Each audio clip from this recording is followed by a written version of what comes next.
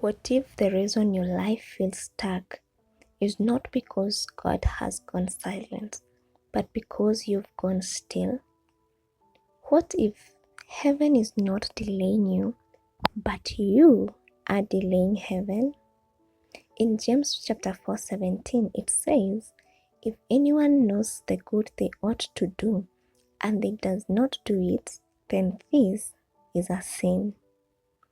Not the evil you did, but the good that you delayed.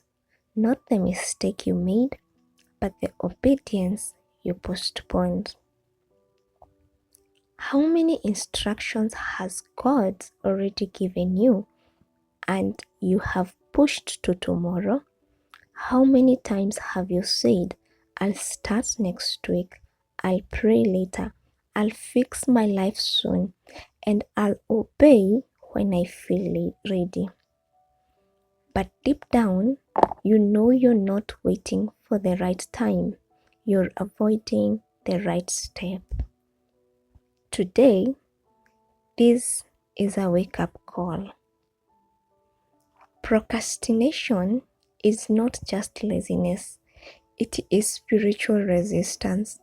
It is a silence not disguised as not yet.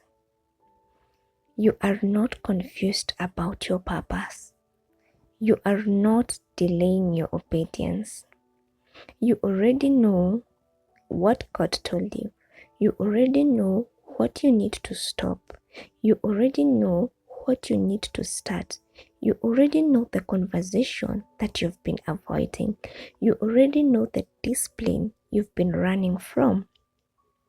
But you keep pushing it forward and calling it patience. I remember a time in my life where I was completely stuck. I was praying, I was fasting, and asking God for direction, for breakthrough, and open doors, but nothing was moving. I kept asking God, "Why am I not progressing?" Until one day I felt something deep in my spirit. Not so loud, not so dramatic, but very piercing. "Go back to the last thing I told you." And I froze. I remembered it was something very simple, something that I had delayed, something I thought was small and insignificant, but I had ignored it. And in that moment, I realized I wasn't waiting on God, that God was waiting on me. And some of us, this is our exact situation. You're asking God for the next step while ignoring the last instruction. You're asking for a new door while refusing to walk through the one that is already open. You're praying for fire, but you're avoiding the altar. And one of the danger of procrastination is it doesn't feel like rebellion. It feels so harmless, feels so small, and feels like I'll do it later.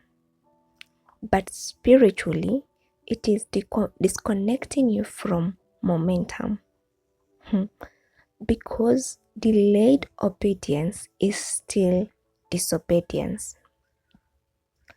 Think about that one thing you know you should be doing right now, but you keep delaying it. Do not overthink it. Is it prayer? Is it repentance? Is it consistency?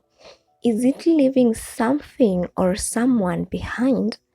Or is it something? Is it starting something you're afraid of starting?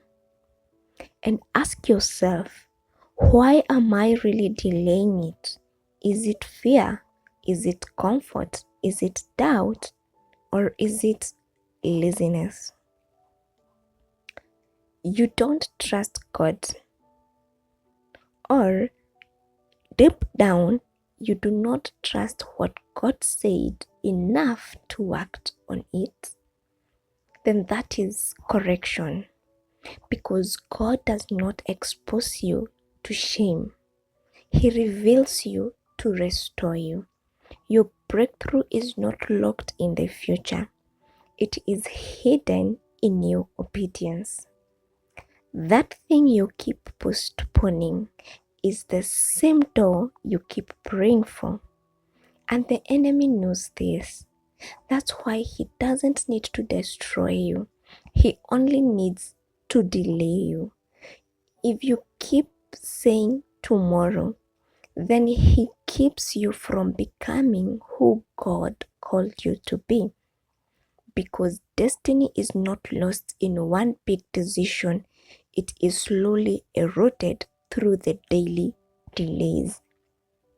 But something is shifting, because awareness is the first step to freedom.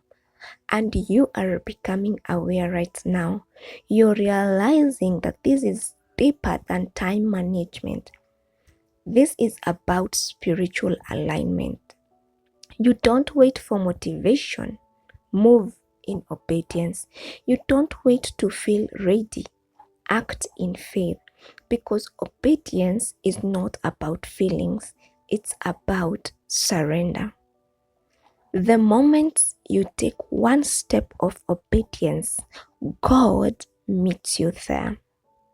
Some of us are waiting for strength before you act, but strength comes as you act.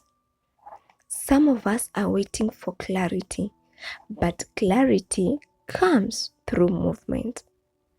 God does not reveal the whole staircase. He reveals the next step. And it is your responsibility to obey what you already know. It is not your responsibility not to understand everything. Make this your turning point. Not next month, not next year, not tomorrow, but today and right now, because the life you're praying for is on the other side of obedience that you're avoiding. Take a deep breath and ask yourself, if I continue living like this for the next 6 months, where will I be? Will I be closer to God or farther from Him? Will I be disciplined or still making the same excuses? Will I be walking in purpose or still talking about it? And now flip this question and ask yourself, if I obey God starting today, starting right now, what could change in my life? Because it's not about doing everything, it's about doing the next thing that is the right thing. You already know what this thing is. Don't leave this video inspired. Leave this video transformed. If this message spoke to you, don't just like this video, but also respond in the comment section and say, no more tomorrow. I choose obedience today. Make it a declaration, because silence keeps you stuck, but commitment moves you forward. Share this with someone who keeps saying later, because this might be the moment that wakes them up. This is a call to alignment, and the question I leave with you today is, will you obey? See you in the next one, and thank you for staying. Bye.